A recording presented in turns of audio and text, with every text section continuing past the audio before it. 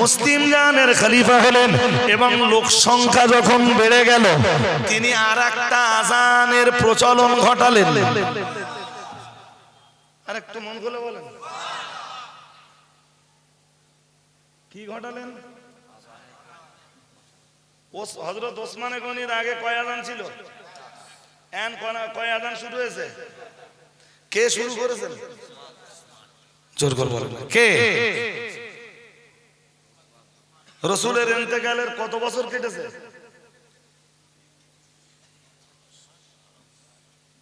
কত বছর?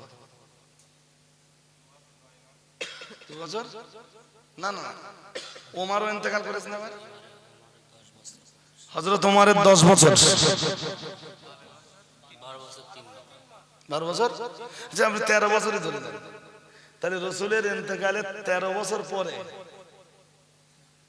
আজ থেকে 13 বছর আগে বা আজ থেকে 1 বছর আগে ওমরের জামানাতে, আর যদি রাসূলের জামানায় ধরি আজ থেকে 13-14 বছর আগে, আযান ছিল জুমার দিনে কয়? 1। এখন আযান কয়? একামত ধরে 3। একামত ধরে 3। ওই জন্য জাদান নিদাআত সালিস। আমার কথা কি বোঝা গেছে? এইটা আপনারা বুঝবেন, ওটা মাওলানারা বুঝে গেছে। আপনাদের যেটা বোঝার দরকার ছিল ওটা আমি বুঝিয়ে দিছি। মানে কিছু কথা আছে আপনাদের মতো করে না বললে আপনারা বুঝতে পারবেন না। আলেমরা বুঝবে এক ভাষায় আর আপনারা বুঝবেন আর এক ভাষায়। আপনাদের জন্য ভাষা আলাদা একটু। জি, এবার বিষয়টা বুঝুন। জি, রাসূলের ইন্তেকালের মাত্র 12-13 বছর কেটেছে। ওসমানের, হযরত ওসমান গনি এসে আর এক আযানের প্রচলন ঘটাচ্ছেন। সুবহানাল্লাহ। আরেকটু আল্লাহ পাকের নবী মুহাম্মদুর রাসূলুল্লাহ সাল্লাল্লাহু আলাইহি ওয়াসাল্লাম, আল্লাহ পাকের নবীরে যখন জিজ্ঞেস করা হয়েছিল, ইয়া রাসূলুল্লাহ, ইয়া হাবিবাল্লাহ, হুজুর আপনার ইন্তেকালের পরে চতুর্দিকে যখন বিপুল পরিমাণ মতভেদ দেখা দেবে, মতপার্থক্য যখন ছড়িয়ে যাবে, ও বাবাজিরা ভাইরা, তখন আপনার উম্মত কি করবে? প্রিয় নবী মুহাম্মদুর রাসূলুল্লাহ সাল্লাল্লাহু আলাইহি ওয়াসাল্লাম, আল্লাহ পাকের নবী জবাব দিলেন, যেদিন, তার মানে যেদিন মুহাম্মদুর রাসূলুল্লাহ সাল্লাল্লাহু আলাইহি ওয়াসাল্লাম বিশ্ব নবী আমার যেদিন দুনিয়ায় থাকবেন, সে সম্প্রতিকালে কি বলেছে জানেন? বলেছে জুমার দ্বিতীয় আযান বেদাত, বেদাত, বেদাত। কি বলেছে? বেদাত। আরে বাবা, জুমার দিন আযান কটা হয়? প্রথম একটা আযান হয়ে যায় তো, তারপর কি?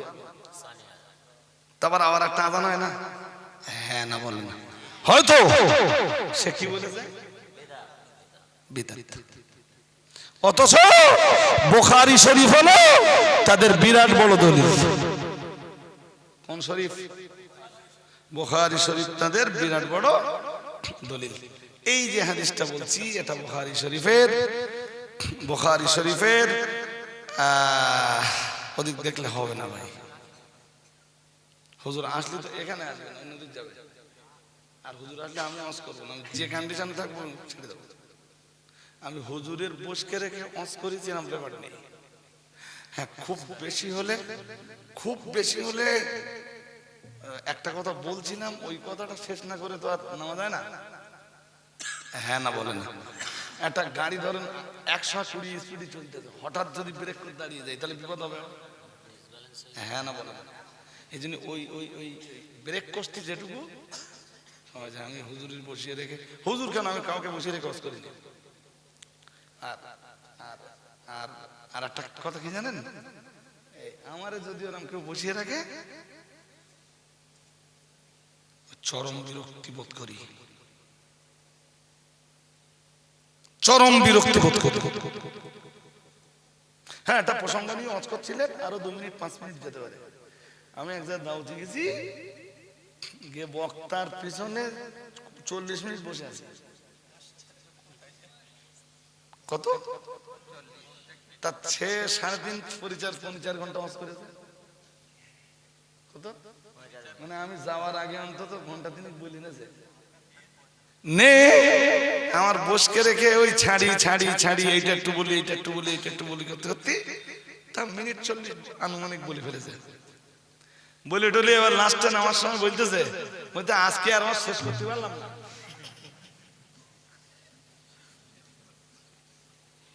ভাই আমি সহ্য করতে পারিনি, পাশে বসছিল, তুমি নাও, তুমি পুরো শেষ করে নাও ভালো করে।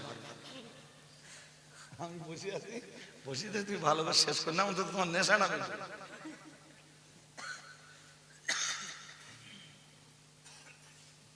একটা লোক 3.5 ঘন্টা 4 ঘন্টা ওয়াজ করতে, তার ওয়াজ শেষ হচ্ছে না। হাজরিন জি, তো বুখারী শরীফ থেকে ছোট্ট একটা হাদিস দেই চলেন।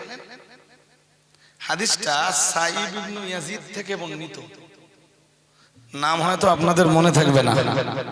হাদিসটা সাইব ইবনে ইয়াজিদ থেকে বর্ণিত।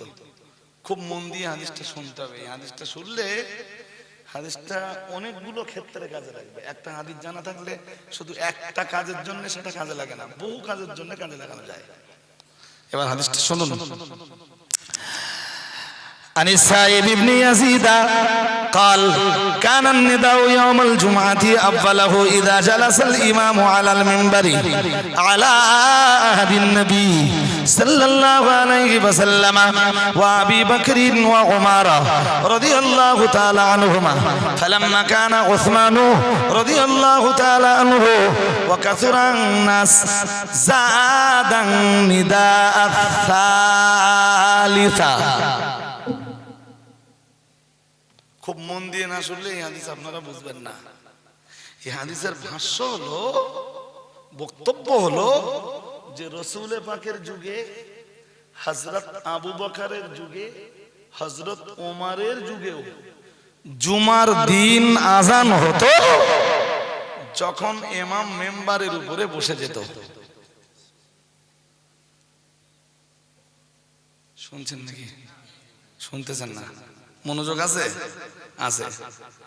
জুমার দিন যখন ইমাম মেম্বারের উপরে বসে যেত রাসূলের যুগে, হযরত বলুন বলুন আবু বকরের যুগে, ওমরের যুগে, তখন জুমার দিনে আজান হতো। তাহলে আজান কটা? ওই দুটো। এতক্ষণ ধরে বললুম কি আমি? জুমার দিনে আজান কখন হচ্ছে? ইমাম সাহেব মেম্বারে বসে, ইদা জালাসাল ইমামু আলাল মিম্বার, যখন ইমাম মেম্বারের উপরে বসে যেতেন তখন মুয়াজ্জিন আজান দিত। তার আগে কোনো আজান হতো না। এটা রাসূলের যুগে, হযরত আবু বকরের যুগে, কথা বলেন না, ওমরের যুগেও। এবার শুনেন, এবার মজার ব্যাপার। এরপরই বলা হচ্ছে ফালাম্মা কানা উসমান রাদিয়াল্লাহু তাআলা আনহু ওয়া কাসুরান নাস যাদান নিদা আস-সালিসা। প্রিয় নবী মুহাম্মদুর রাসূলুল্লাহ সাল্লাল্লাহু আলাইহি ওয়াসাল্লাম, আল্লাহ পাকের নবীর যুগে, হযরত আবু বকরের যুগে, হযরত ওমরের যুগে একটা করে আজান হতো যখন ইমাম সাহেব মেম্বারের উপরে বসে যেতেন। ও ভাইরা আমার মনে রাখুন, কিন্তু প্রিয় নবী মুহাম্মদুর রাসূলুল্লাহ সাল্লাল্লাহু আলাইহি ওয়াসাল্লামের প্রিয়তম সাহাবী হযরত ওসমান গনি যখন মুসলিম জানের খলিফা হলেন এবং লোক সংখ্যা যখন বেড়ে গেল, তিনি আর একটা আজানের প্রচলন ঘটালেন। আর একটু মন খুলে বলেন, কি ঘটালেন? হযরত ওসমান গনির আগে কয় আজান ছিল? কয় আজান শুরু হয়েছে? কে শুরু করেছেন? জোর করে বলেন, কে? রাসূলের ইন্তেকালের কত বছর কেটেছে?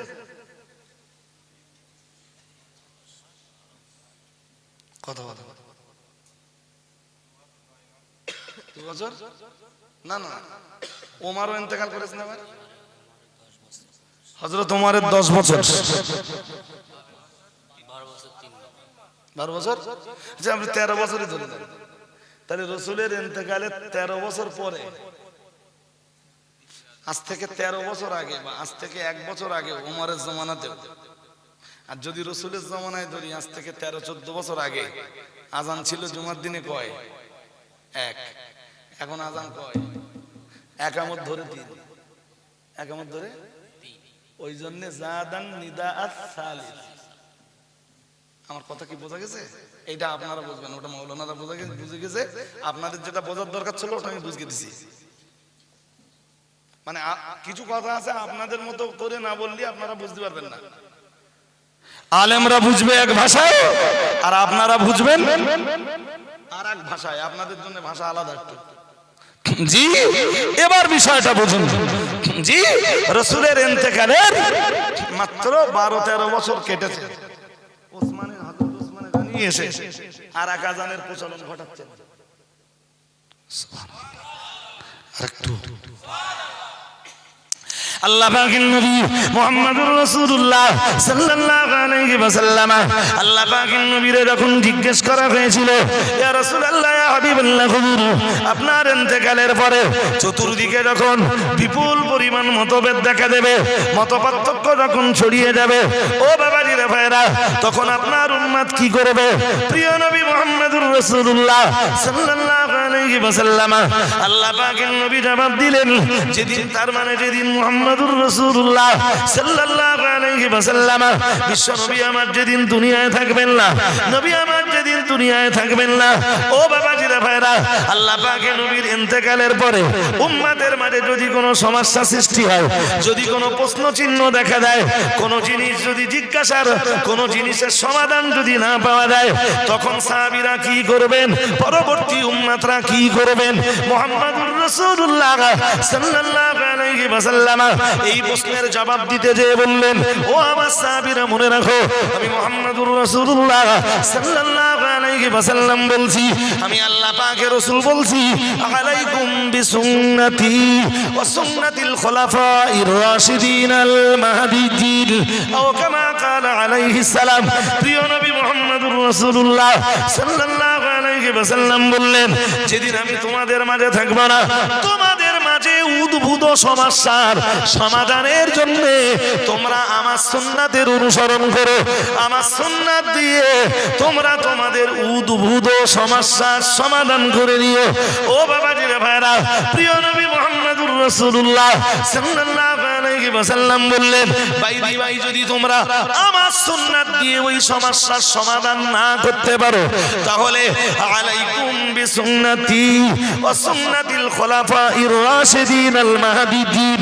ও আমার সাহাবীরা, মনে রাখো, আমি মুহাম্মদুর রাসূলুল্লাহ সাল্লাল্লাহু আলাইহি ওয়াসাল্লাম বলছি, এক্ষেত্রে তোমরা আমার সাহাবীদের, মানে বিশেষত আমার হেদায়েত প্রাপ্ত খলিফাদের সুন্নাত দিয়ে সমস্যা সমাধান করে নিও। আর একটু মন খুলে বলেন, প্রথম কি দিয়ে? আমার সুন্নাত দিয়ে। প্রথম কি দিয়ে? যদি না মেলে আমার হেদায়েত প্রাপ্ত খলিফাদের সুন্নাত দিয়ে সমস্যার। হযরত ওসমান খলিফা ছিলেন না? ছিলেন? হ্যাঁ না বলেন না? কয় নম্বর? হযরত ওসমান গনি রাদিয়াল্লাহু তাআলা আনহু ছিলেন মুসলিম জানের তৃতীয় খলিফা। ও বাবাজিরা ভাইরা, প্রিয় নবী মুহাম্মদুর রাসূলুল্লাহ সাল্লাল্লাহু আলাইহি ওয়াসাল্লামের প্রিয় সাহাবী হযরত ওসমান গনি, যাকে বলা হয় জিন্নুরাইন, যে সাহাবী দেখেছে, যে সাহাবী ওসমানকে দেখে আল্লাহর ফেরেশতারা পর্যন্ত লজ্জা পেত। ও বাবাজিরা ভাইরা, বিস্তার করে বলবার সময় নেই গো। তিনি তো মুসলিম জানে, তিনি তো দ্বিতীয় আযানের প্রচলন ঘটালেন।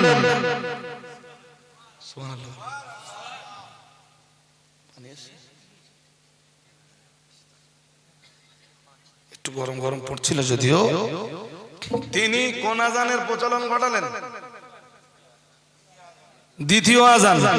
কোন আযান? জোর করে বলেন। জুমার দিনে দ্বিতীয় আযান দিলে যদি বেদাত হয়, এই যে বুঝে উত্তর দিতে হবে। এবার শেষ পর্যায়ে চলে আসছে আমি। এবার একটু বুঝে জবাব দেন। জুমার দিনে দ্বিতীয় আজান দিলে যদি বেদাত হয়, তাহলে এই বেদাতের প্রচলন ঘটিয়েছেন কে? তা যে মৌলবী বলতে চাচ্ছে যে দ্বিতীয় আজান দিলে বেদাত হবে, সে হযরত ওসমানকে বেদাতি বলছে। নাউজুবিল্লাহ বলেন, একটু জোর করে বলেন। যেখানে মুহাম্মদুর রাসূলুল্লাহ, ওই লোকজন চলে যাচ্ছে কেন, উঠতে কেন, পানি দেয়? ও ছেলেরা ওরা, ও ও ভাই কি চলে যাবেন নাকি? এ চলে যাবার মতো বৃষ্টি শুরু হয়েছে। জি, আমি আপনার কাছে ওয়াজ লম্বা করব না। ও বাবাজি রে ভাইরা, প্রিয় নবী মুহাম্মদুর রাসূলুল্লাহ সাল্লাল্লাহু আলাইহি ওয়াসাল্লাম, আমার আল্লাহর নবী সাহাবীদের ব্যাপারে জানিয়েছেন, ও আমার সাহাবীরা, ও উম্মতেরা, মনে রাখো আমি আল্লাহ পাকের নবী বলছি, আসহাবী কান নুজুমি। আল্লাহ পাকের নবী বললেন, আমার সাহাবীরা আকাশের এক একটা উজ্জ্বল তারকা সাদৃশ্য। আর একটু মন খুলে বলেন, আমার এক একজন সাহাবী আকাশের এক একটা তারা। অনেক আছে না আকাশে? হ্যাঁ না বলে না। নবীজি বললেন ইসলামের আকাশে আমার এক এক সাহাবী এক এক তারকা। আল্লাহ পাকের নবী বললেন, মানিকতাদাইতুম ইহতাদাইতুম। ও আমার সাহাবীরা মনে রাখো, ও আমার উম্মতিরা মনে রাখো, আমি মুহাম্মদুর রাসূলুল্লাহ সাল্লাল্লাহু আলাইহি ওয়াসাল্লাম বলছি, আমার সাহাবীরা যেহেতু আকাশের এক একজন উজ্জ্বল তারকা, উজ্জ্বল নক্ষত্র, ইসলামের আকাশের এক একটা উজ্জ্বল তারকা, তাই যে কোনো একটা তারকাকে তোমরা অনুসরণ করলেই হেদায়েত তোমাদের নসিবে মঞ্জুর হয়ে যাবে। আর একটু মন খুলে বলেন, হযরত আবু বকর যদি ইসলামের আকাশের এক তারকা হন, ওমর ওই আকাশের আরেক তারকা, হযরত ওসমান গনি রাদিয়াল্লাহু তাআলা আনহু তিনি ওই আকাশের আরেক তারকা। ঠিক না বেটি? হ্যাঁ না জোর করে বলো না কেন? এবার পিছন দিকে তাকাচ্ছে, হুজুর এসেও পড়েছেন।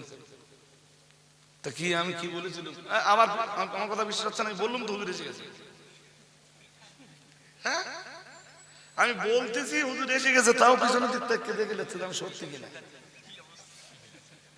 হ্যাঁ হুজুর এক্ষুনি আসবে, এক্ষুনি। আমি শুধু শেষ কথাটা বলে নিই। এবার বলেন, যে মৌলবী জুমার এই দ্বিতীয় আজানকে অস্বীকার করেছে এবং বেদাত বলেছে, সে হযরত ওসমান গনিকে বেদাতি বানিয়েছে কিনা? জোর করে বলে না। হ্যাঁ, এ কথার জবাব দেওয়ার জন্য এ হাদিস যেমন কাজে লাগবে, যেসব মৌলবীরা ভাবে যে যুগ হাজারো পাল্টালিও ফতোয়া কখনো পাল্টায় না, ওই মৌলবীগুলো যুগ পেরায়। আমার কথা বুঝতে পারছেন? নবী পাকের জামানায় জুমার আজান কটা হতো? একটা। হযরত আবু বকরের জামানায় জুমার আজান কটা হতো? একটা। হযরত ওমর ফারুকের জামানায় জুমার আজান কয়? ওসমানের জামানায় এসে বেশি কেন? হাদিসের প্রকাশ্য ইবারতে রয়েছে কাসুরান নাস, কাসুরান লোক সংখ্যা বেড়ে গেল, জাদান নিদা। হযরত ওসমান গনি রাদিয়াল্লাহু তাআলা আনহু জুমার দিনে আরেক আজান বাড়িয়ে দিলেন। আরেকটু মন খুলে এবার বলেন দিন, যুগ পাল্টালি হয় না? জোর করে বলেন। আফজনগরের শ্রোতারা বুঝতে পারতেছে, শালা মৌলবী বুঝতে পার না।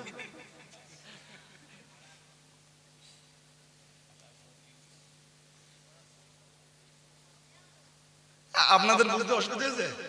হ্যাঁ হ্যাঁ।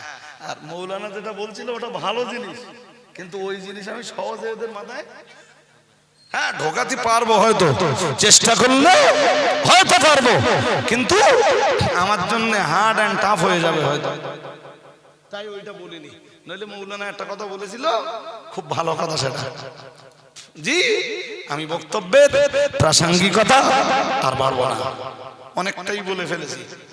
জি খুব মর্যাদা দিয়ে, গুরুত্ব দিয়ে, এবং প্রথম যা আপনাদের হাবভাব লাগছিল আজকে, তাতে আমার মনে হচ্ছিল না যে আমি ওয়াজ করতে পারবো আর আমার কাছে আপনারা ওয়াজ নিতে পারবেন, কিন্তু একটু সময় কেটেছে তো জি আপনারা আরো সতেজ হয়েছেন, সজাগ হয়েছেন, এবং শেষ পর্যন্ত আমার কথা খুব মর্যাদার সাথে দিয়েছেন। নারায়ে তাকবীর, একটু জোর করে আওয়াজ দেন, নারায়ে তাকবীর।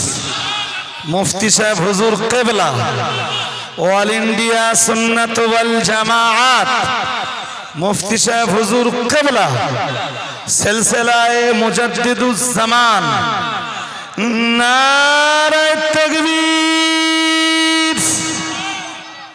ভাই মুফতি সাহেব এসেই পড়েছেন, আর তো খুব বেশি মজলিস কি প্রলম্বিত হবে না, কিছুক্ষণ বসলে মুফতি সাহেব দোয়া খায়ের করে দেবেন। জি অল্প কিছু মুখ্য কথা তো হুজুর কিবলার কাছে শুনতে হবে, তারপরে আখেরি দোয়া মোনাজাত। অন্তর খুলে দরুদ শরীফ পড়ুন। আল্লাহুম্মা সাল্লি আলা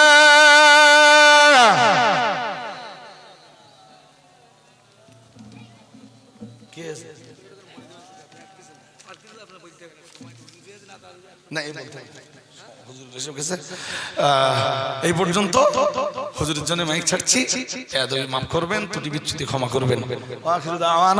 আলহামদুলিল্লাহি রাব্বিল আলামিন। দুরূদ শরীফ। আল্লাহুম্মা